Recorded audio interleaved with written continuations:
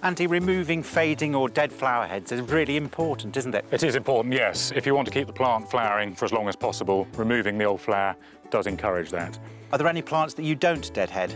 There are a number, and a good example is hydrangeas. You want the old flower head to offer protection to the buds over winter, so you leave those on and don't disbud them until March or April time. You notice here I grabbed the dead flower in my hand, so I've caught all the petals so they're not dropping on the ground. Helps with keeping hygiene. It keeps everything tidy. Nice and tidy, yes. Very important with roses.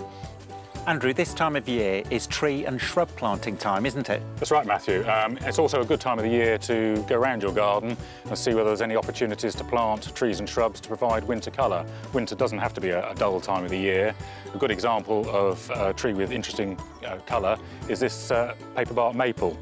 Look at the bark on this. You can imagine that in the winter sunshine. Great, yeah, the sun reflecting off that. So even if you don't have room for a tree like this, there are many shrubs that also provide interest through berries, flowers or coloured stems. Andy, you have lots of plants in pots here. What do you do with them over the winter?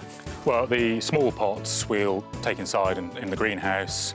The larger pots that are too heavy to move, we'll probably wrap them in fleece.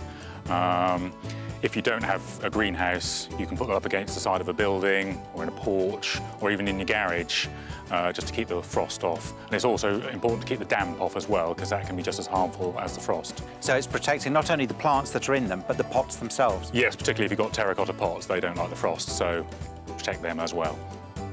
Oh, this is a fantastic clump of autumn flowering cyclamen. It's amazing, isn't it? You can get bulbs to flower at any time of year. Yes, although these are flowering now is also the time to be thinking about planning and planting spring flowering bulbs.